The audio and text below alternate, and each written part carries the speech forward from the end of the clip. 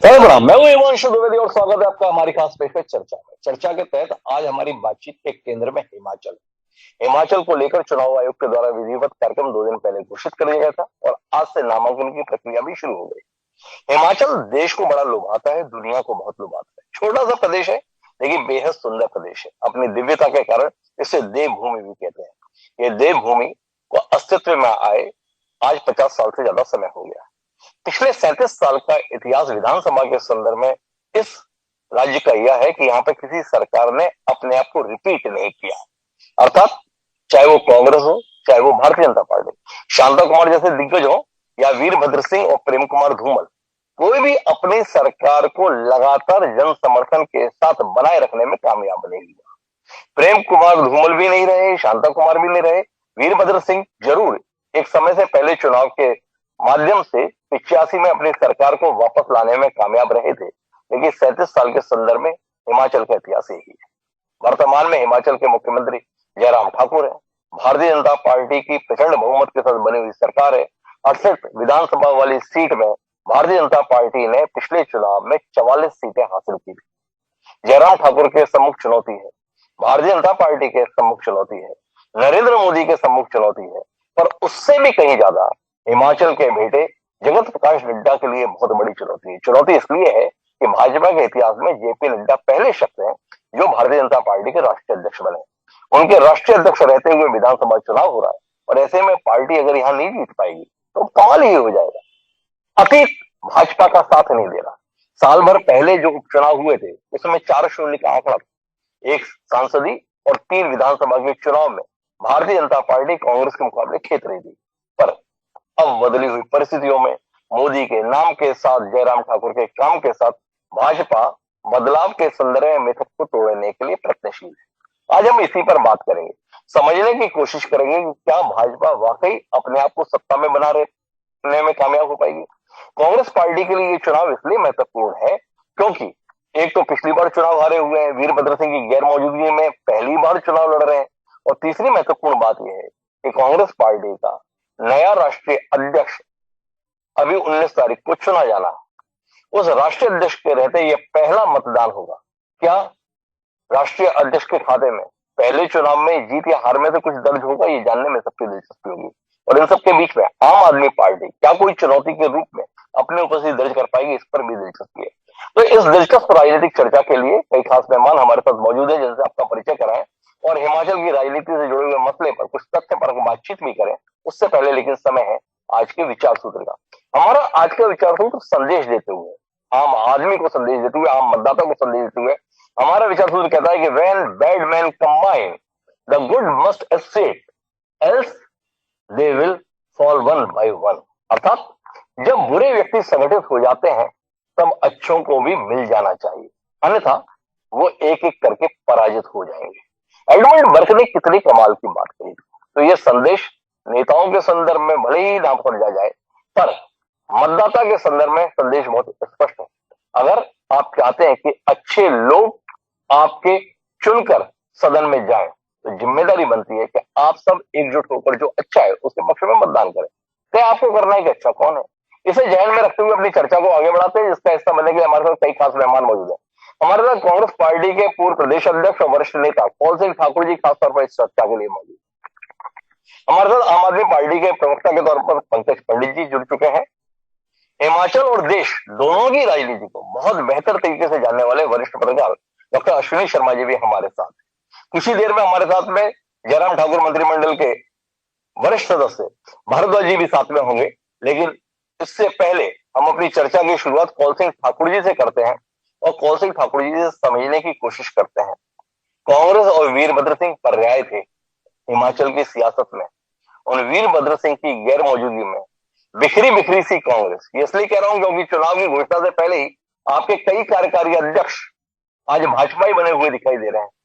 अपने आप को कहां महसूस कर रहे हैं कौल सिंह ठाकुर जी? चुनाव में दमखम के साथ जाएंगे या औपचारिकता पूरी करके वापस घर में आ जाएंगे, ये जानने में सबकी दिलचस्पी है। थोड़ा आपका अपना अनुभव, आपके द्वारा आंकी जा रही संभावनाएं हमारे दर्शकों से साझा करें।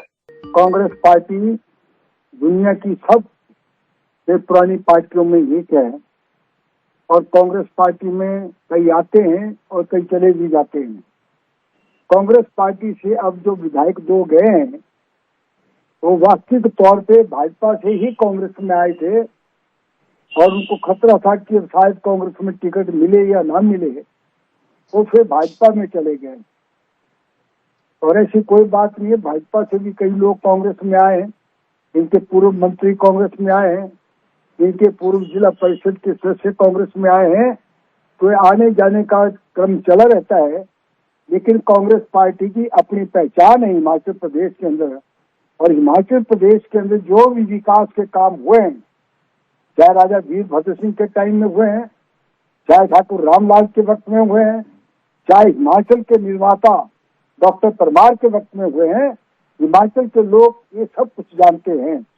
और जहाँ तक भारतीय जनता पार्टी की बात है, भारतीय जनता पार्टी कांग्रेस के कामों को अपने नाम पे गिना करके लोगों को गुमराह करी है और लोगों ने भारतीय जनता पार्टी को हराने का मन बना लिया है।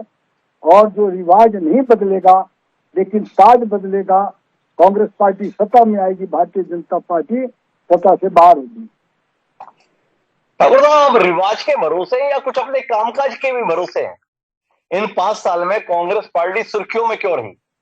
आपस में एक दूसरे के नेता के कपड़े उतारने के लिए चर्चा में रही, अपने नेताओं के इस पार्टी से उस पार्टी में कूदने को लेकर चर्चा में रही, अपने नेताओं को अपने ही कार्यकर्ताओं के द्वारा खारिज करने को लेकर चर्चा में रही। कैसे उम्मीद कर रहे हैं आप कि इसके बावजूद भी जनता रिवाज के अनुसार चलेगी और एक बार भाजपा को सत्ता 2017 में दे दी तो 2022 में आपको दे देगी? निश्चित तौर पे हिमाचल प्रदेश में कांग्रेस पार्टी सत्ता में आएगी, क्योंकि जयराम सरकार के जो 5 साल का कार्यकाल रहा है वो हिमाचल की जनता के लिए बहुत ही निराशाजनक रहा है। और इस 5 साल में गरीब लोगों का और मध्यम वर्ग के लोगों का जो है जीना हराम कर दिया है। बेरोजगारी बहुत बढ़ी है, इन्होंने लोगों को रोजगार नहीं दिया है। आज हॉस्पिटलों में डॉक्टर नहीं है, पैरामेडिकल स्टाफ नहीं है, स्कूलों में अध्यापक नहीं है और विकास के काम हिमाचल प्रदेश में ठप पड़े हैं। और भ्रष्टाचार जयराम के सरकार में सबसे ज्यादा भ्रष्टाचार हुआ है, चाहे आप जल शक्ति विभाग में भ्रष्टाचार हुआ है, स्वास्थ्य विभाग में भ्रष्टाचार हुआ है, लोक निर्माण विभाग में भ्रष्टाचार हुआ है। और जहां तक पेपर लीक, इनके 2-3 मामले में पेपर लीक हुआ है और पुलिस के मामले में एक ऐसा करोड़ों का घोटाला हुआ है जिसको हिमाचल के नौजवान लोग जानते हैं। और सीबीआई की जांच कांग्रेस ने मांग की थी, चीफ मिनिस्टर ने कहा जयराम जी कि हाँ सीबीआई को हमने लिख दिया है, लेकिन वास्तविक तौर पे सीबीआई को नहीं लिखा था। और ये करोड़ों रुपए का घोटाला जो है पुलिस के जो पेपर लीक हुए हैं उसमें हुआ है। तो इसलिए हिमाचल प्रदेश की जनता ने मन बनाया है कि कांग्रेस पार्टी को सत्ता में लाएंगे।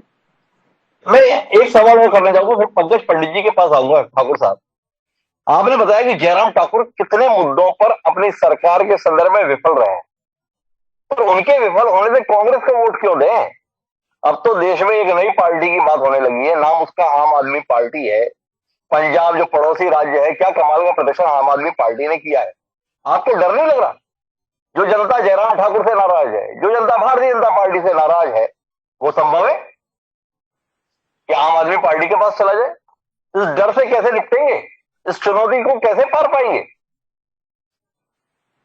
ऐसा है जी, हिमाचल के जब पंजाब में सरकार बनी थी जी, तो हिमाचल में आम आदमी पार्टी ने पैर पसारने शुरू किए। जी, कुछ लोग भारतीय जनता पार्टी के, कुछ कांग्रेस के लोग जो है आम आदमी पार्टी में चले गए। जिस तरह पंजाब में जो घोटाले हो रहे हैं, कानून व्यवस्था बिगड़ रही है, खालिस्तान के नारे लग रहे हैं और हिमाचल में आकर के हिमाचल विधानसभा में खालिस्तान के झंडे लग रहे हैं, तो अब हिमाचल के लोगों का जो है आम आदमी पार्टी से मोह भंग चुका है। आम आदमी पार्टी का कोई जनाधार हिमाचल प्रदेश में नहीं है। हिमाचल प्रदेश में कांग्रेस सबसे पुरानी पार्टी है, सबसे ज्यादा राज किया है और हमारा मुकाबला भारतीय जनता पार्टी के साथ है। आम आदमी पार्टी का यहाँ कोई जनाधार नहीं है। तो कौन सी ठाकुर तो सिरे से खारिज कर दे रहे हैं आम आदमी पार्टी, लेकिन वो खारिज कर दे रहे हैं भारतीय जनता पार्टी को भी। जिसकी प्रचंड बहुमत की सरकार 5 साल पहले अस्तित्व में आई थी। हमारे साथ उसी भारतीय जनता पार्टी की सरकार का हिस्सा सुरेश भारद्वाज जी, जो केवल वरिष्ठ मंत्री नहीं बल्कि एक विद्वान राजनीतिज्ञ की भी पहचान रखते हैं, जुड़ चुके हैं। जी सुरेश भारद्वाज जी, आपसे जानने में दिलचस्पी है कि हिमाचल में चुनाव है। हिमाचल में चुनाव के साथ ही रिवाज को लेकर चर्चा है कि यहाँ पर कोई पार्टी लगातार दूसरी बार सत्ता में नहीं आती। अपने आप में चुनौती है, बाकी पार्टी बाद में, रिवाज पहली चुनौती। ये रिवाज आपको कितना डराता है? कैसे निपटेंगे इस रिवाज से? और 1 साल पहले जो चुनाव हुए वो इतिहास भी साथ में है, जनता ने सिरे से भाजपा को नकार दिया। तो सुरेश भारद्वाज जी क्या सोच रहे हैं इस चुनाव को लेकर, जानने में हम सबकी दिलचस्पी है। हाँ बिल्कुल। हिमाचल प्रदेश में 1985 में ये परंपरा प्रारंभ हुई जी। राजा वीरभद्र सिंह जी 1985 में मुख्यमंत्री बने, 1990 में वो हार गए। वो केवल जो है वो प्रदेश की सरकार ही नहीं गंवा बैठे, स्वयं जिस स्थान से वो चुनाव लड़े थे जुब्बल कोटखाई से, वहां से भी वो चुनाव हार गए। दूसरी सीट रोहड़ू में जो उनकी रियासत का हिस्सा था वहां से वो जीते। उसके बाद जो है वो चुनाव जो है वो हमारी अयोध्या में राम मंदिर के निर्माण के जो उस वक्त निर्माण के लिए आंदोलन चल रहा था, उसके लगते हुए कांग्रेस की केंद्र में सरकार थी, उन्होंने भंग कर दी विधानसभाएं। इसलिए वो 1994 में जो चुनाव हुआ उसमें जीत गए। लेकिन उसके बाद 2098 में उन्होंने स्वयं चुनाव करवा दिया। उन्होंने सोचा था कि भारतीय जनता पार्टी आपस में लड़ी हुई है इसलिए हम जीत जाएंगे, इसलिए उन्होंने 1 साल एडवांस कर दिया चुनाव, और उसमें चुनाव में वो हार गए। हिमाचल प्रदेश में भारतीय जनता पार्टी की प्रेम कुमार धूमल जी के नेतृत्व में सरकार बनी। उसके बाद जो है ये रिवायत चलती आ रही है। 2003 में कांग्रेस जो है वो पुनः सत्तासीन हो गई, लेकिन 2007 में फिर चुनाव हुआ तो फिर हार गई। 212 में चुनाव हुआ तो कांग्रेस आ गई। अब 2017 में जो है वो फिर से भारतीय जनता पार्टी बन गई। लेकिन जो 2017 तक की जो है वो एक परंपरा चल रही थी, दोनों पक्ष की लीडरशिप जो है वो लगभग आती और जाती रहती थी। लेकिन 2017 में एक इतिहास बदला है। हिमाचल प्रदेश में जो उससे पहले की सरकारें चलती आ रही थी वो बदला बदली की सरकारें रहती थी। टोपियों के रंग, ठाकुर कौल सिंह जी हरी टोपी पहनेंगे तो सुरेश भारद्वाज लाल टोपी पहनेगा, इसके आधार पर पहचान होगी। या फिर जो है वो नीचे का हिमाचल ऊपर का हिमाचल, इस प्रकार की जो है वो राजनीति चलती थी। लेकिन 2017 में जो सरकार बनी उसने ये टोपियों की राजनीति, नीचे ऊपर की राजनीति, ये सब जो है वो समाप्त कर दिया, बदला बदली की राजनीति समाप्त कर दिया। पहला जो निर्णय लिया हिमाचल प्रदेश की कैबिनेट ने 2017 की 27 दिसंबर को, वो प्रदेश के जो बुजुर्ग लोग हैं उनकी जो आयु सीमा इन्होंने पेंशन की 80 वर्ष से रखी हुई थी उसको घटा करके 70 वर्ष किया और बाद में उसको 60 वर्ष कर दिया। ये एक, और उसके बाद सरकार लगातार चल रही है, कोई बदला बदली का काम नहीं किया। किसी को कोई जो है इस प्रकार से कि भी राजनीतिक कारणों से जो है वो एक दूसरे के खिलाफ आप जो है वो केसेस बनाते जाएंगे, ये चलते जाएंगे, ये सारी रिवायत बदली है और ये एक इतिहास नया बना है। और इसी प्रकार से ये इतिहास 2022 में भी जो है वो नया बनेगा। जो हिमाचल प्रदेश में इससे पूर्व 5 वर्षों की सरकार बनती है फिर बदल जाती है, वो इस बार बदलने वाला है। केवल मात्र हिमाचल प्रदेश में ही नहीं हुआ है, ये उत्तराखंड जो है इसी की तर्ज का प्रदेश भी है, पहाड़ी प्रदेश है, 70 सीटें हैं उनकी, वहां पर भी ये सोच रहे थे कि भी हमारी जो है इस बार बारी है इसलिए हम बन जाएंगे। हरीश रावत जी तो अपने लंगोटे वगैरह कस के मुख्यमंत्री बन बैठे थे, लेकिन सरकार वहां पर जो है वो भारतीय जनता पार्टी की रिपीट हो गई।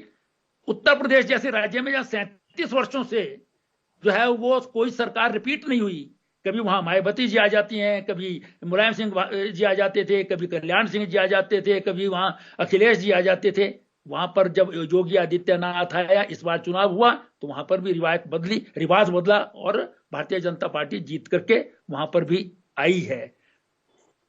हम इस आधार पर और भारतीय जनता पार्टी द्वारा पिछले 5 वर्षों में प्रदेश में जो काम किए गए हैं, केंद्र में जो काम किए गए हैं, उनके आधार पर निश्चित रूप से कह सकते हैं कि इस बार जो है वो हिमाचल प्रदेश में रिवाज बदलेगा, पुनः भारतीय जनता पार्टी जीत करके आएगी। अब ये मेरे दो सवाल हैं आपसे सुरेश भारद्वाज जी इस संदर्भ में। एक तो आपसे जानना चाहता हूं कि क्या आपकी निगाह में जयराम ठाकुर, शांता कुमार, प्रेम कुमार धूमल, राजा वीरभद्र सिंह से भी बड़े नेता हैं, ज्यादा लोकप्रिय हैं, ज्यादा जनता के बीच में पैठ बनाने में कामयाब रहे हैं कि जो रिवाज वीरभद्र सिंह नहीं तोड़ पाए, जो रिवाज शांता कुमार नहीं तोड़ पाए, जो रिवाज प्रेम कुमार धूमल के बूते नहीं रहा, उसे जयराम ठाकुर तोड़ देंगे? एक सवाल तो ये।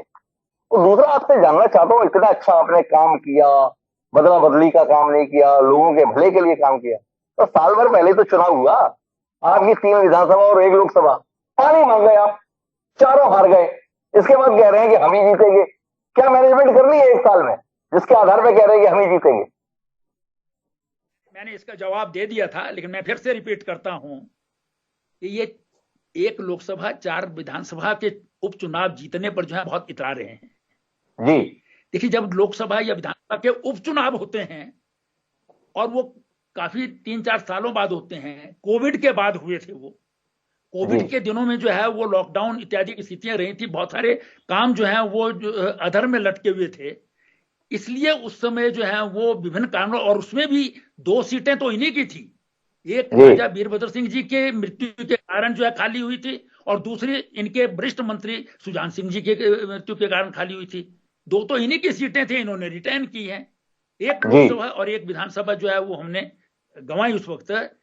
लेकिन इनको ये याद रखना चाहिए कि इससे पूर्व चंद्र कुमार जी सांसद बने थे, ज्वाली की सीट खाली हुई थी, 6 महीने तब वीरभद्र सिंह जी को मुख्यमंत्री बने हुए थे, और शायद आदरणीय ठाकुर सिंह कौल सिंह जी भी उस वक्त मंत्री थे, तो इन्होंने ज्वाली की सीट 7 महीने के अंदर अंदर गंवाई थी।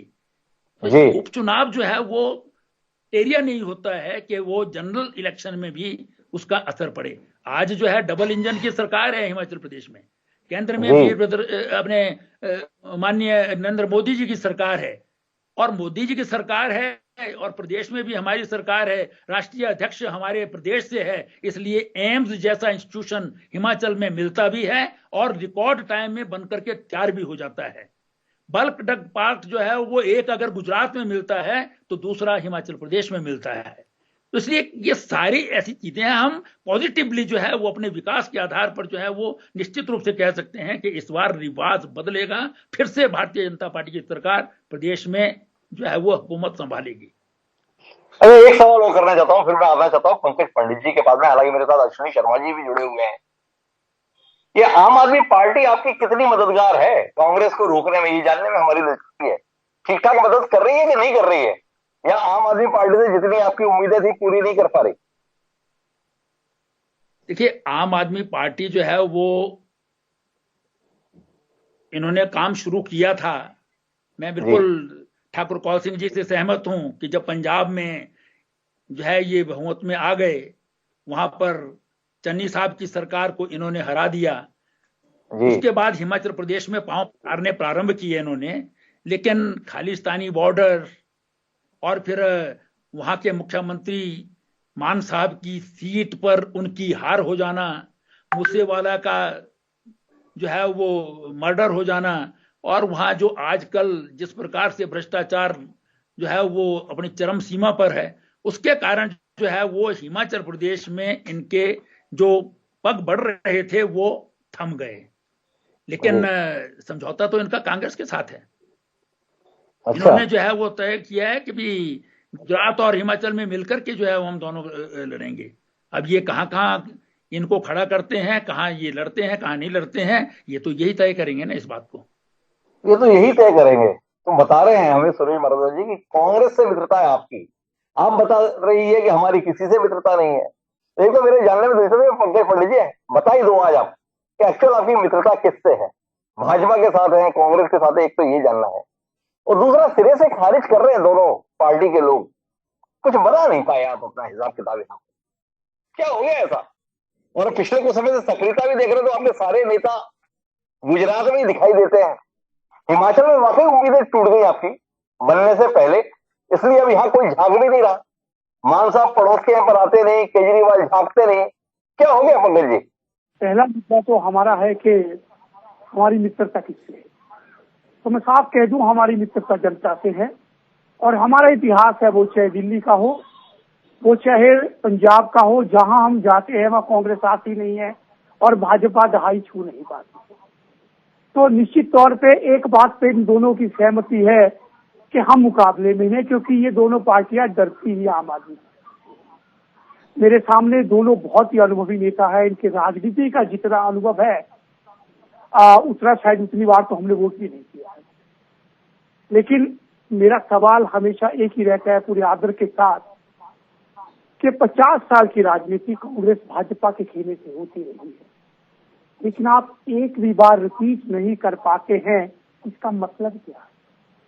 इसका मतलब स्पष्ट है, आपने जनता से झूठे वादे किए हैं, आप जनता की अपेक्षाओं पे खड़े नहीं उतरे हैं, और आपने हमेशा ही जनता जब एक दल से निराश हुई है तो आपको हमेशा नेगेटिव वोटिंग की वजह से जीत मिली। जनता के पास विकल्प नहीं था। प्रदेश में चाहे छोटा विकल्प मिला हो, वो चाहे हविका के रूप में हो, लोगों ने हाथों हाथ लिया है, लेकिन पहली बार सबसे मजबूत विकल्प आम आदमी पार्टी के रूप में सामने आया। और अब की बार हम भी तय मानता हूं, जयराम जी से मैं पूरी तरह से सहमत हूं कि इस बार रिवाज बदले। लेकिन रिवाज कहां बदलेगा? रिवाज ये बदलेगा कि प्रदेश में रिवाज है एक बार कांग्रेस, एक बार भाजपा। इस बार रिवाज बदलेगा, तीसरे दल को मौका मिलेगा, आम आदमी पार्टी को। ये आपके नेता तो दिख नहीं रहे। पड़ोस के राज्य के मुख्यमंत्री है मान साहब, सारी ताकत गुजरात में लगाए हुए हैं। अरविंद केजरीवाल भूल ही गए हिमाचल कहां है। सब कुछ गुजरात गुजरात गुजरात। आप लोग कुछ कर नहीं पाएंगे यहाँ, जिसके चलते आपके नेताओं ने इधर ध्यान देना ही बंद कर दिया। मैं आपको थोड़ा सा दुरुस्त करना चाहूंगा जानकारी के लिए कि कांग्रेस का भी एक प्रोग्राम हुआ है सोनिया गांधी का। भाजपा के नरेंद्र मोदी जी के 4 कार्यक्रम हुए हैं। हमारे अरविंद केजरीवाल जी के 4 प्रोग्राम हो चुके हैं। भगवंत मान और मनीष सिसोदिया जी के 9 कार्यक्रम हो चुके हैं। और इन दलों ने गारंटियां अपनी एक फोटो सेशन के माध्यम से दी है कि ये हम घोषणा करते हैं। हमने अलग अलग गारंटी हमारे बड़े नेताओं ने आकर प्रदेश में दी है। और ये जो बीच का जो हमारा कार्यक्रम है, इसमें अब हम डोर टू डोर गारंटी दे रहे हैं। 12 लाख घरों में से इस समय हम 6.5 लाख घरों तक अपनी गारंटी पहुंचा चुके हैं। हिमाचल और है, ये पंजाब को लेके जितनी भी बात करते हैं, लेकिन अभी मुझसे भारद्वाज साहब ने जिक्र किया उत्तराखंड का। ये उत्तराखंड भी आप बड़ी दमदारी के साथ पहुंचे थे, पर बाद में पता चला कि आपको तो पानी मांगने लायक भी नहीं छोड़ा जनता ने। ये हिमाचल को लेकर वैसे ही डर तो नहीं, क्योंकि सुरेश भारद्वाज जी तो कह रहे हैं जो उत्तराखंड में हुआ वही हिमाचल में होना है। हमारा स्वभाव एक है, तौर तरीका एक है, संख्या एक है। डर नहीं लग रहा आपको? देखिए हमें क्या डर है? हम तो हमेशा ही हर जगह ही नए हैं। हम तो देश की राजनीति में नए हैं। 10 साल में सबसे तेज बढ़ने वाली पार्टी है और 2 प्रदेशों में आई है। हम 80% बहुमत लेकर आए हैं। हमें काय का डर है जब जनता आपके साथ है? हमें डरने की बात नहीं। दूसरी बात, आपने कहा उत्तराखंड। देखिए, आम आदमी पार्टी नई पार्टी है। हमारी क्षमताओं के हिसाब से हमने पंजाब में अपनी ताकत झोंकी थी, लेकिन हिमाचल प्रदेश में स्पष्ट बोल दूं, हिमाचल प्रदेश में जिस तरह से लोगों का रुझान मिला है, जिस तरह से हमारी मेंबरशिप हुई है, डोर टू डोर कैंपेन, और आप देखिए 32 साल के युवा को अब प्रभारी की कमान दी गई है। वो आदमी जिसने 23 साल में पंजाब में आम आदमी पार्टी की कमान संभाली थी। फाउंडर प्रेसिडेंट है वो आम आदमी पार्टी के, हरजोत महता एजुकेशन मिनिस्टर। और हम कहते हैं हमने 6 महीने में पंजाब में किया, वो बता रहे हैं। यहाँ पे अभी आपने बात सुनी, माननीय कौल सिंह जी ने कहा कि कांग्रेस जो है वो इस भरोसे है कि यहाँ पे हर बार ऐसा होता है, रिवाज है कि एक बार कांग्रेस भाजपा। माननीय सुरेश भारद्वाज जी ने एक बार भी दम नहीं भरा कि हमने काम किया आएंगे। यूपी में हमने रिवाज बदला है, हमने उत्तराखंड में रिवाज बदला है। तो दूसरे के सहारे व्यवस्थाएं बदल रहे हैं, और बाकी हमारी मित्रता जनता के साथ है। आप चिंता मत कीजिए। आज तक किसी भी सर्वे ने आम आदमी पार्टी को न बहुमत दिया, न कभी टक्कर में दिखाया। पंजाब में त्रिशंकु विधानसभा बना रहे थे सभी, लेकिन निश्चित तौर पे हम कहते हैं कांग्रेस भाजपा एक है। या तो अभी तो बड़ी उम्मीद के साथ में है। कुल मिला के मर्म की बात है, उत्तराखंड ने उन्हें पंजाब हारा है, पर मेरे साथ में इन दावों के बीच में निष्पक्ष राय देने के लिए देश के वरिष्ठ पत्रकारों में शुमार डॉक्टर अश्विनी शर्मा जी खासतौर पर मौजूद है। अश्विनी जी, आपसे जानना चाहता हूं, एक रिवाज के भरोसे है मेरे साथ में पैनल में, दो रिवाज बदलने के भरोसे हैं, आप किसके भरोसे हैं? आपका भरोसा किसके साथ है जानने में हम सबकी बड़ी दिलचस्पी है। जनता किस पे भरोसा करने जा रही है ये जानने में हमारी दिलचस्पी है। थोड़ा बताइए ना, कौन कहां खड़ा है अश्विनी शर्मा जी के अनुसार? जी जी, हिमांशु जी, इलेक्शन अनाउंस हुए अभी 3 दिन हुए हैं मुझे लगता है। अभी कांग्रेस पार्टी ने एक कुछ हिंट दिए हैं कि हमारे ये कैंडिडेट होंगे या जो सिटिंग एमएलए हैं उनको हम फील्ड कर रहे हैं या कुछ और नेता है। बीजेपी की एक्सरसाइज अभी चल रही है और जनता का मूड आस्ता आस्ता बन रहा है। ये रिवाज बदलने का स्लोगन इस बार पहली बार उभरा है। हमने पहले किसी इलेक्शन में रिवाज बदलने का स्लोगन नहीं देखा। हालांकि धूमल जी भी 2 बार चुनाव लीड कर चुके हैं, चीफ मिनिस्टर वीरभद्र सिंह जी कर चुके हैं, बट ये नया स्लोगन है और देखते हैं कि किस तरह से जनता इसको रिएक्ट करती है। अभी तक तो पार्टियों को अपने मैनिफेस्टो लेके आने हैं, कुछ कांग्रेस ने गारंटीज दी हैं, बीजेपी की जो परफॉर्मेंस है उस पर वोट होना है। मुझे लग रहा है कि इसमें अभी कुछ दिन और लगेंगे जब तक के पिक्चर क्लियर होगी। बट ये है कि रिवाज बदल जाएगा, जो रिवाज वही रहेगा, ये अभी कुछ दिन के बाद निश्चित होगा। अभी मैं कुछ बता नहीं सकता हूँ। जो जनता का मूड है, कुछ मुद्दे ऐसे हैं, अनएम्प्लॉयमेंट का मुद्दा है, प्राइसेस का मुद्दा है, वो बिल्कुल बीजेपी को अफेक्ट करेगा। और बीजेपी के जो मुख्यमंत्री हैं, पहली बार लीड कर रहे हैं, वो पहली बार मुख्यमंत्री बने और उस वजह से बने थे कि धूमल जी इलेक्शन हार गए थे। तो उनकी लीडरशिप पे भी एक क्वेश्चन मार्क है इस समय कि कितने काबिल लीडर हैं। दूसरा, ये इलेक्शन जो हो रहा है इस बार एक नया इलेक्शन है, जबकि जो ट्रेडिशनल राइवल जो प्रतिद्वंदी माने जाते हैं, वीरभद्र सिंह जी और धूमल जी, इस चुनाव में आमने सामने नहीं है।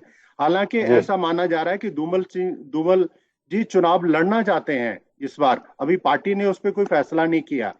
तो मुझे लगता है कि चुनाव बिल्कुल नया एक्सपेरिमेंट होएगा। कांग्रेस ने जिस तरह से प्रियंका गांधी जी को आगे लाया है, मोदी जी कहते हैं कि हिमाचल प्रदेश मेरा दूसरा घर है, और उसी तर्ज पे कांग्रेस ने ये कहा कि मिसेस गांधी का भी रोल है यहाँ, उनका एक रुतबा रहा हुआ, उनका कनेक्ट है। प्रियंका जी कह रही हैं कि मेरा घर है यहाँ पे, मैं भी हिमाचल की बेटी हूँ।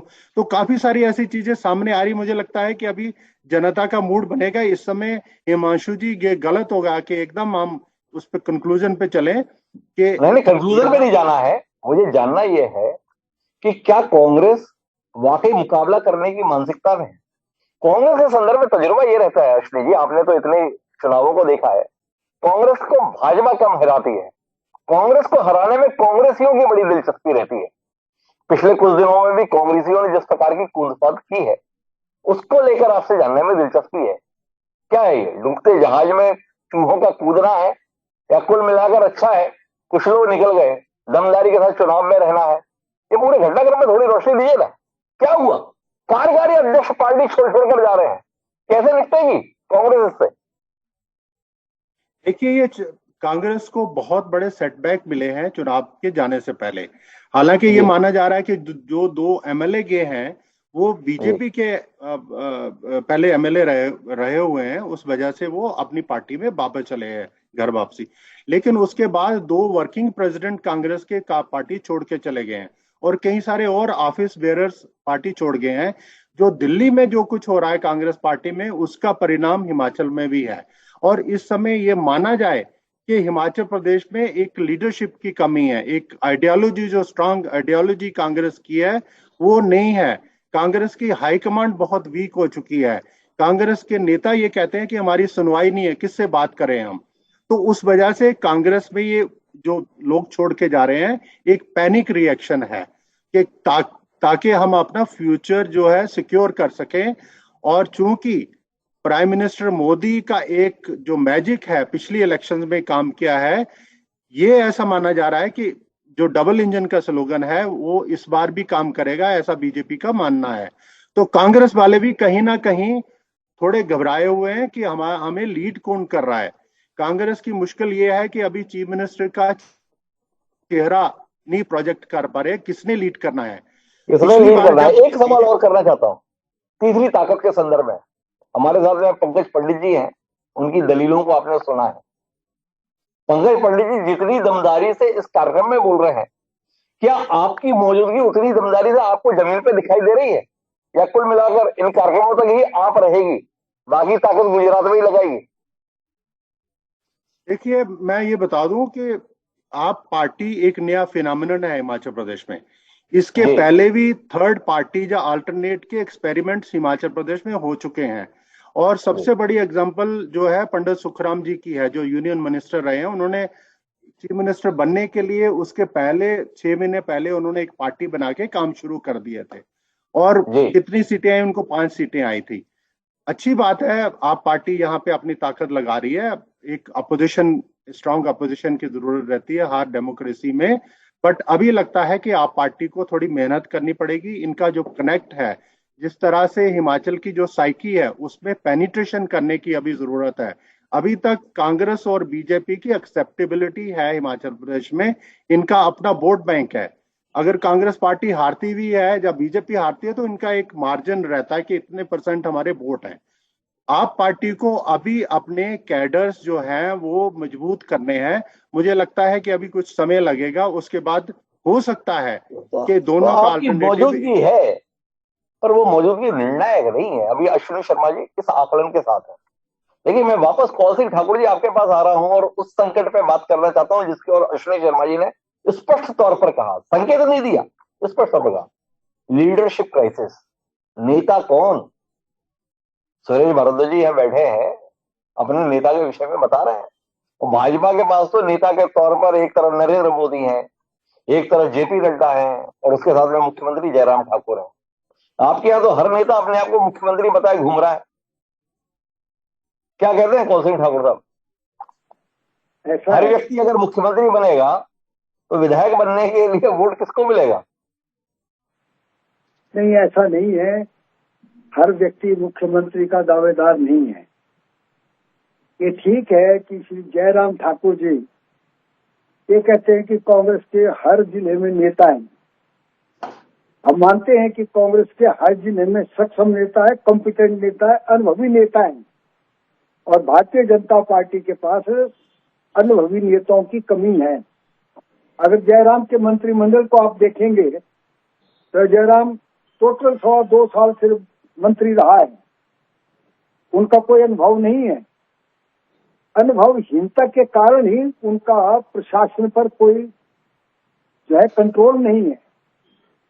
अफसरशाही पूरी तरह उन पर हावी है, अफसरशाही पर कोई कंट्रोल नहीं है। 12 बजे फैसला करते हैं, 2 बजे बदल देते हैं, 4 बजे फिर यू टर्न कर देते हैं। इसे lack of confidence and lack of experience in the chief ministership.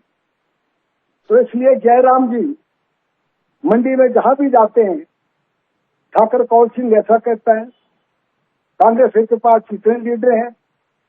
हमें इस बात का गौरव है कि कांग्रेस के पास हर जिले में अनुभवी नेता है। कोई 5 बार जीते हैं, कोई 6 बार जीते हैं, कोई 7 बार जीते हैं, और मैं 8 बार विधानसभा का प्रतिनिधित्व कर चुका हूं।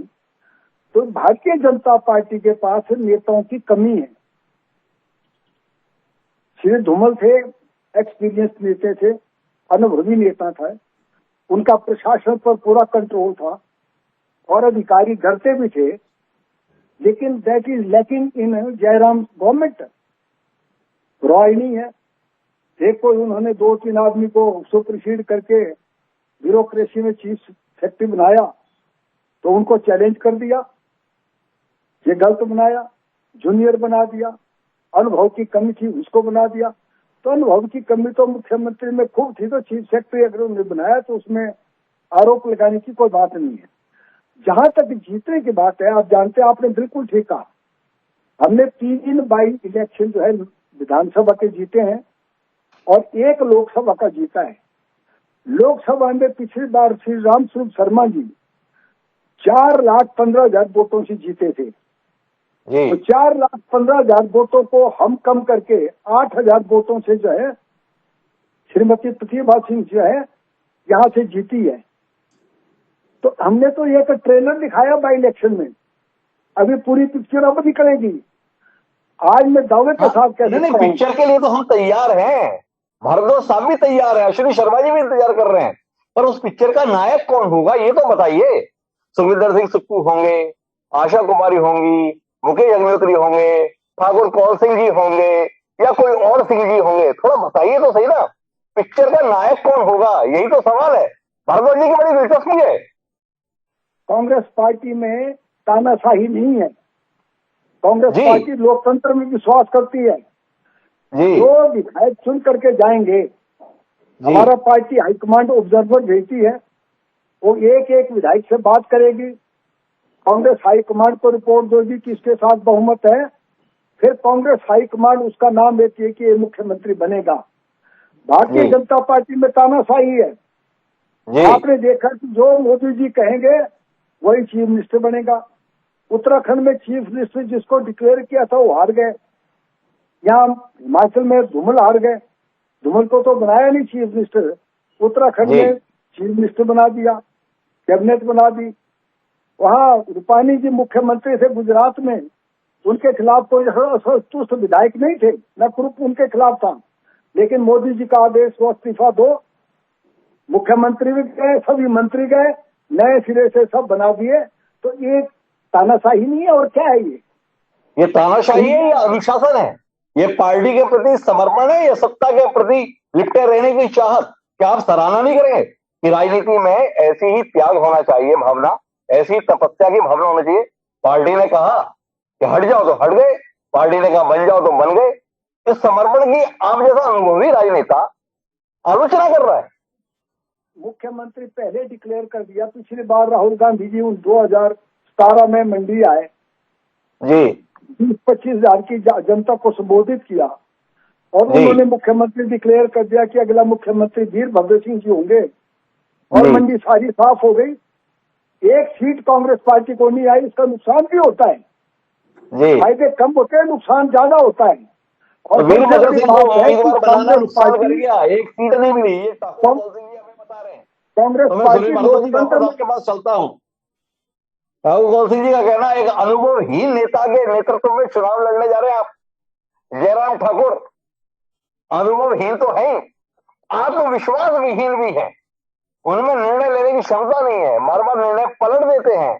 ऐसे नेता के साथ में मैदान में जा रही है भाजपा, जनता कहां भरोसा करेगी? और वो बता रहे, देख लो हालत, 1 साल पहले उपचुनाव में हम इसीलिए जीते क्योंकि एक नेतृत्वहीन व्यक्ति के नेतृत्व में काम चल रहा था, जनता ने निपटा दिया। क्या कहेंगे भारद्वाज जी इस अनुभवहीनता को लेकर? जब पहली बार कोई व्यक्ति जी नेता बनता है या मुख्यमंत्री बनता है तो अनुभवहीन ही होता है। जी जिन्हें कौल सिंह जी इससे पहले कह रहे थे कि भी हिमाचल निर्माता यशवंत सिंह परमार, जी जब वो 1952 में पहली बार हिमाचल प्रदेश के मुख्यमंत्री बने थे तो वो शायद अभिमन्यु की तरह जो है वो मां की के पेट से जो है वो सीख करके आए थे क्या? वो भी अनुभवहीन ही थे। इसलिए जब पहली बार मुख्यमंत्री प्रेम कुमार धूमल जी बने थे तो वो उससे पहले सांसद रहे थे, वो तो विधायक भी नहीं रहे थे कभी। जी इसलिए लेकिन ठाकुर कौल सिंह जी के मुताबिक वो एक बहुत अनुभवी व्यक्ति थे, उनकी पकड़ थी पूरे प्रशासन के ऊपर। तो आज जो है 5 साल का कार्यकाल ठाकुर जयराम जी के नेतृत्व में चला है, जिसमें हिमाचल प्रदेश ने जो है वो चहुं और प्रगति की है। दुनिया में महामारी आई, महामारी की वैक्सीन हिंदुस्तान में नरेंद्र मोदी जी ने बनवाई। इनके टाइम में तो पल्स पोलियो की जो वैक्सीन थी वो भी 40 साल बाद हिंदुस्तान में पहुंची थी। आत्मनिर्भर भारत बनने की दिशा में वो हुआ और हिमाचल प्रदेश पहला राज्य बना जिसने 100% जो है वो वैक्सीन सारे प्रदेश में पहले डोज में भी और दूसरे डोज में भी लगाई। तो ये ठाकुर जयराम जी के नेतृत्व में पूरा मंत्रिमंडल उनके साथ जो है चट्टान की तरह खड़ा रहा। कहीं एक भी बार कोई डिसीडेंट की बात कहीं नहीं सुनी गई। और जितनी योजनाएं आज हिमाचल प्रदेश में हैं, एक भी योजना जो है वो हम ढूंढते रहते हैं कि कांग्रेस के राज में वो बनी होंगी, ऐसा कभी नहीं हुआ।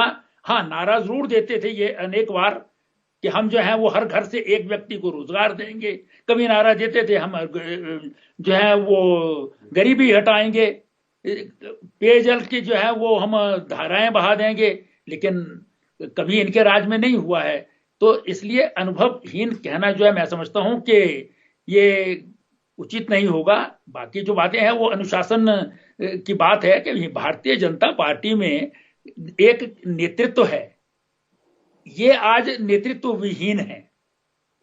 मध्य प्रदेश में जो है वो सोलन में कह रहे थे कि जी नरेंद्र मोदी जी क्यों आ रहे हैं। भाई नरेंद्र मोदी जी और हमारा भारतीय जनता पार्टी तो एक परिवार है, और इनकी पार्टी जो है एक परिवार की पार्टी है। तो इसलिए सोनिया गांधी जी शिमला में रहती हैं तब भी वो लोग अपने कार्यकर्ताओं से नहीं मिलती हैं। प्रियंका गांधी जी एक रैली के लिए जो है खड़ी हो जाती हैं सोलन में, जनता के साथ कार्यकर्ताओं के साथ उनका कनेक्ट नहीं है। इसीलिए मैंने जैसे बीच में कहा था, मैं आज वीडियो अभी अभी सुन रहा था, हर्षवर्धन चौहान जी हमारे सीनियर एमएलए हैं, 5 बार एमएलए रहे, और उनके पिताजी 8 बार एमएलए या 9 बार एमएलए रहे थे जी। वो कहते हैं कि मैं भी 5 बार का एमएलए हूं, मैं भी मुख्यमंत्री हो सकता हूं, लिस्ट जो बनी है मुख्यमंत्रियों की उसमें मेरा भी नाम है, ये उन्होंने स्वयं कहा है। तो इसलिए आज जो है वो इनके पास प्रदेश में कोई नेता नहीं है। अच्छा इनके पास कोई नीति नहीं। कांग्रेस में ये सहूलियत है कि तमाम नेता बताते हैं कि मुख्यमंत्री की लिस्ट में मेरा नाम है। ये भाजपा में सहूलियत है क्या? क्या सुरेश भारद्वाज उस लिस्ट में कोई स्थान रखते हैं जिसमें हम माने कि हाँ ये भी मुख्यमंत्री हो सकते हैं, या आप उस लिस्ट से बाहर हैं? जी भारद्वाज जी।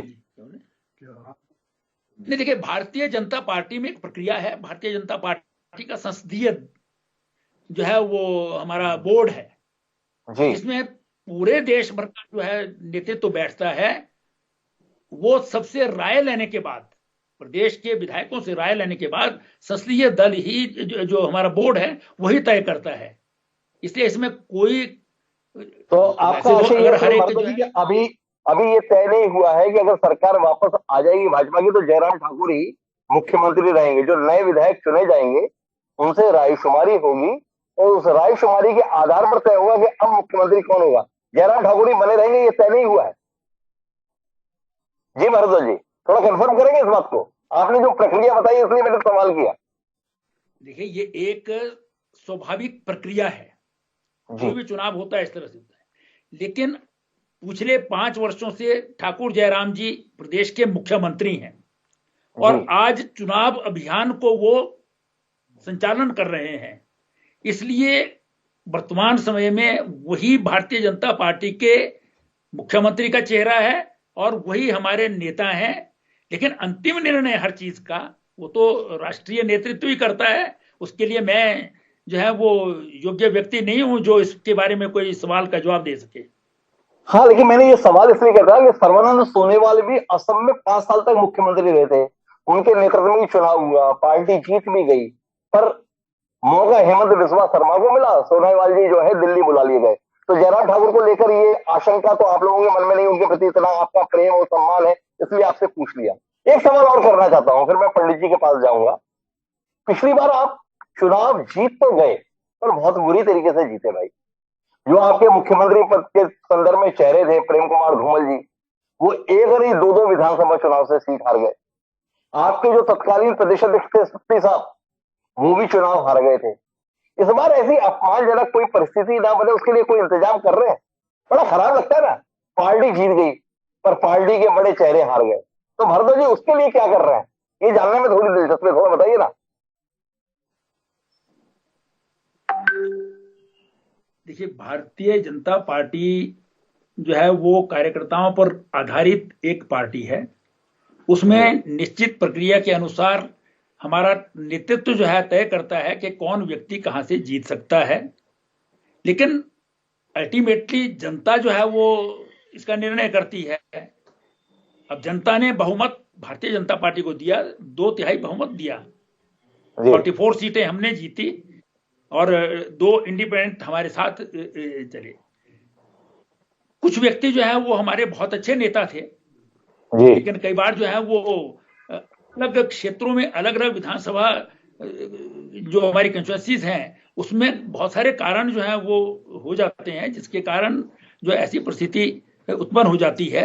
जैसे मैंने कहा कि भाई राजा वीरभद्र सिंह जी 1985 में 1983 में जो है वो मुख्यमंत्री बने थे। जुब्बल कोटखाई से वो बहुत बड़े मार्जिन से 1985 में जीते थे, लेकिन 1990 में हार गए, वहां से रोडू जाकर के जीतना पड़ा उनको। तो इसलिए इस तरह की घटनाएं जो है वो इस तरह की घटनाएं हो जाती हैं, ये आपका सूर्य भारद्वाज जी कहना है। अब मैं आखिरी सवाल आपसे इस कार्यक्रम में करना चाहता हूँ भारद्वाज जी। जी जी जी भारद्वाज जी, एक सवाल आपसे करना चाहता हूँ आखिरी इस कार्यक्रम के अंतर्गत। ठाकुर कौल सिंह जी हमसे बात कह रहे थे कि भाई बता तो दो, लोग इस सरकार को वोट क्यों देंगे, काम क्या किया इन्होंने। तो आपसे जानना चाहता हूं कि कोई 3 या 5 काम ऐसे बताएंगे जो आप कह सकते हैं कि ये काम पहले कभी हुए नहीं थे। देखो, इसने हिमाचल की दशा और दिशा दोनों बदल दी, यहाँ की जिंदगी को खुशहाल कर दिया। क्योंकि हमें तो ये दिखाई देता है ओल्ड पेंशन स्कीम को लेकर कर्मचारी नाराज हैं, जो सेब के बागवान में काम करने वाले लोग हैं वो मजदूरी को लेकर बेहद परेशान हैं, बेरोजगारी को लेकर विषय अभी भी गंभीर बना हुआ है। तो लोगों की शिकायतें तो हैं, पर इनके बीच में आपका दावा है आपने तो कमाल का काम किया है। तो वो 3 या 5 कमाल के काम तो बता दीजिए हम लोगों को, जिसके कारण से लोग कहेंगे फिर भी आपको ही वोट देना है। जी बिल्कुल। देखिए, शिकायतें समस्याएं कभी समाप्त नहीं होती और विकास निरंतर प्रक्रिया है। लेकिन हिमाचल प्रदेश में पहला कारण तो यह है कि डबल इंजन की सरकार, केंद्र में नरेंद्र मोदी अनक्वेश्चन्ड लीडर हैं, आज देश के ही नहीं विश्व स्तर के नेता हैं। और हिमाचल प्रदेश जिसको कांग्रेस ने 48,000 करोड़ रुपए का कर्ज विरासत में जो है वो हमको दिया था, ऐसी स्थिति में अगर केंद्रीय सरकार आपके साथ नहीं होती है तो हिमाचल प्रदेश का विकास का काम ठप हो जाता है। इस विकास के काम में आप देख सकते हैं 70 लाख की आबादी वाला हिमाचल प्रदेश, उसको all India institute of medical sciences जैसा इंस्टीट्यूट मिलना और फिर रिकॉर्ड टाइम में उसका बनना और जनता को समर्पित होना। स्वास्थ्य के क्षेत्र में अनेक ऐसी जो है वो योजनाएं जो इस प्रदेश में जो है घटित हुई हैं। इससे पूर्व मैंने बताया किस प्रकार से कोरोना काल में जो है वो भारतीय जनता पार्टी की सरकार ने काम किया है। भारतीय जनता पार्टी की सरकार ने सामाजिक सरोकार के जो कार्य हैं, जिसमें मैंने प्रारंभ में ही कहा था कि पहला डिसीजन ही हमने सीनियर सिटीजन्स को पेंशन 60 साल के ऊपर के लोगों को जो है वो दी जा रही है, जो हिमाचल प्रदेश में जो है 7.5 लाख से ज्यादा लोगों को दी जाती है।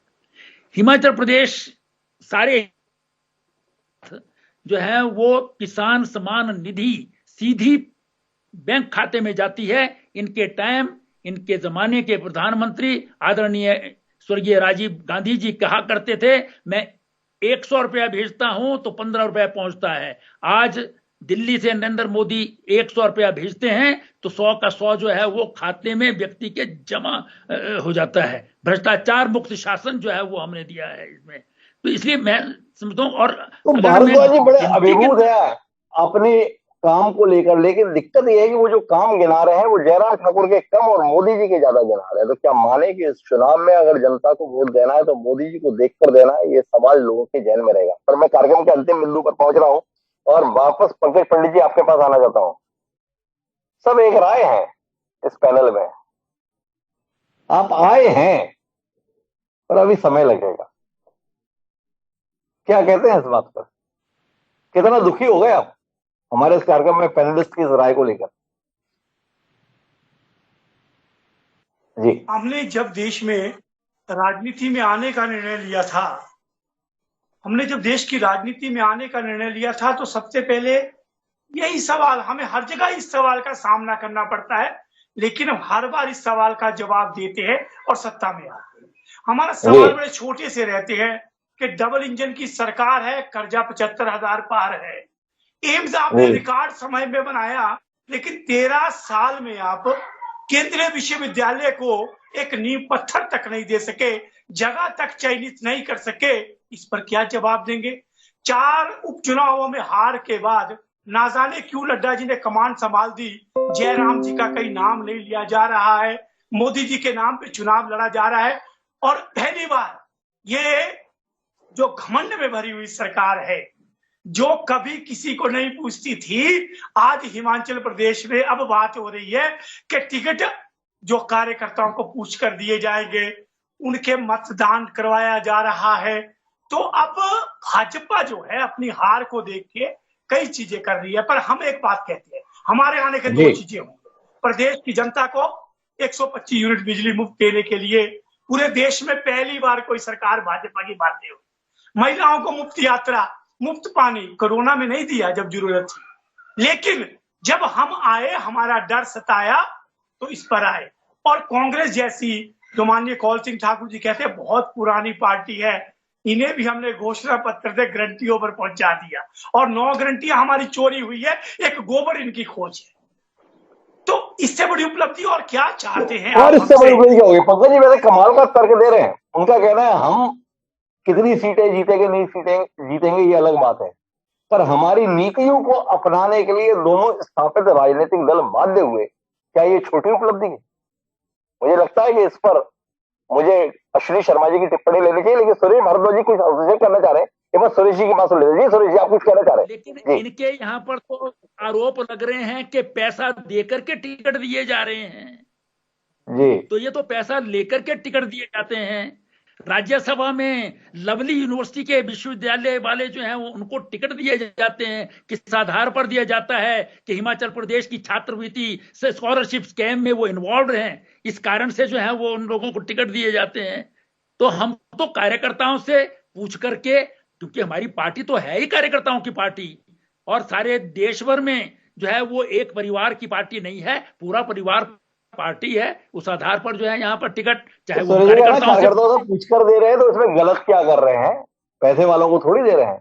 और जिस घटना को उल्लेख कर रहे हैं वो घटना ये है कि 4 संसदीय क्षेत्र हैं हिमाचल में, उन चारों मुख्यालयों पर 4 हेलीकॉप्टर उतरते हैं, मतपेटी लेकर उतरते हैं और कार्यकर्ताओं को बुलाकर उनसे पूछा गया है कि आप 3-3 नाम बताएं हर विधानसभा के लिए। वो मतदान कराया गया है, इस मतदान के आधार पर फैसला किया जाएगा, ये बात कही जा रही है। पर ये दरअसल केवल एक औपचारिकता है, फैसले पहले हो चुके हैं। क्योंकि बड़ा अजीब सा लगता है, जब चुनाव घोषित हो गए तब मतदान करा रहे हैं, और सर्वे पिछले 3-3, 6-6 महीने से चल रहे थे। थोड़ा यकीन करना मुश्किल है। बहरहाल सुरेश जी का दावा है, हमने दावे को सुन लिया। लेकिन मैं अश्विनी जी के पास आखिरी बातचीत के लिए आना चाहता हूँ। अश्विनी जी, आपसे जानना चाहता हूँ, पंकज पंडित जी ने बड़ी महत्वपूर्ण बात कही।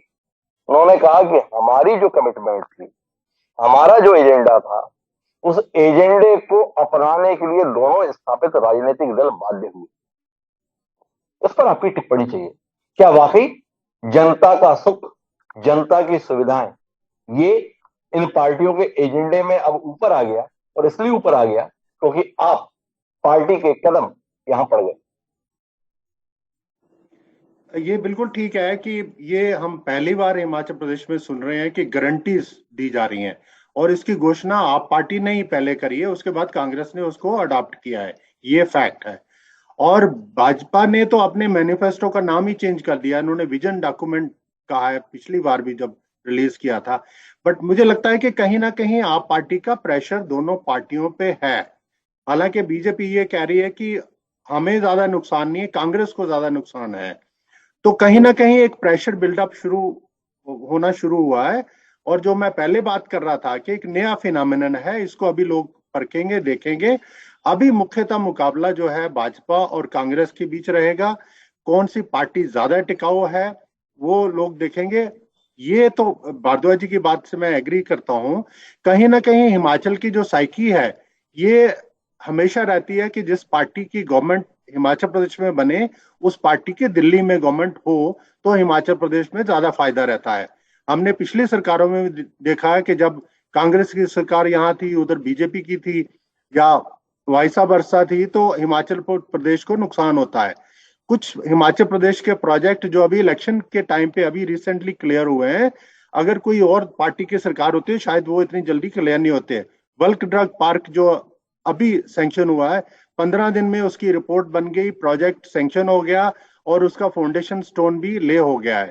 ये हिमाचल को उसका फायदा जरूर है। तो कुल मिलाकर अगर हम इस बातचीत के निचोड़ में पहुंचे तो इतना तय है कि हिमाचल में कैटवॉक होने नहीं जा रहा। कोई राजनीतिक दल सुनिश्चित जीत की ओर नहीं है, एक कड़ा मुकाबला है। भारतीय जनता पार्टी और कांग्रेस दोनों ही मुख्य दलों के तौर पर मैदान में है। आम आदमी पार्टी लेकिन इन दोनों राजनीतिक दलों को अपनी रणनीति में आवश्यकता अनुसार बदलाव करने के लिए बाध्य कर रही है। पर देखें, रिवाज बना रहेगा या रिवाज बदल जाएगा। लड़ाई अब रिवाज को लेकर है, ये कमाल की बात है। देखें ये रिवाज नतीजे में हमें क्या दिखाएगा। आप सारों मेहमानों का बहुत बहुत धन्यवाद इस चर्चा का हिस्सा बनने के लिए। हिमाचल को लेकर हमारी बातचीत आगे भी जारी रहेगी, लेकिन अब समय है आज की प्रासंगिक पंक्तियों का। जब ये चुनाव आए तो चुनाव को लेकर एक कमाल की प्रासंगिक पंक्तियां हमें मिली हैं, जो ये कहती हैं, पथ का अंतिम लक्ष्य नहीं है सिंहासन चढ़ते जाना। पथ का अंतिम लक्ष्य नहीं है सिंहासन चढ़ते जाना, सब समाज को साथ लिए आगे है बढ़ते जाना। इतना आगे जिसका कोई छोर नहीं, जहां पूर्णता मर्यादा हो सीमाओं की डोर नहीं। सभी दिशाएं मिल जाती हैं उस अनंत नभ को पाना। पथ का अंतिम लक्ष्य नहीं है सिंहासन चढ़ते जाना। यह संदेश नेताओं के संदर्भ में है। जो नेता ये बताते हैं कि वो समाज सेवा के लिए राजनीति में है, उन्हें ये प्रासंगिक पंक्ति है याद रखनी चाहिए। जनता का कल्याण मूल्य है, ना कि सत्ता में आना। क्या हमारे नेता इस भावना को ध्यान में रखेंगे, ये जानने में हमारी दिलचस्पी रहेगी। लेकिन आज के इस कार्यक्रम में इतना ही। कल फिर मिलते हैं नए विषय के साथ। तब तक के लिए सलाम।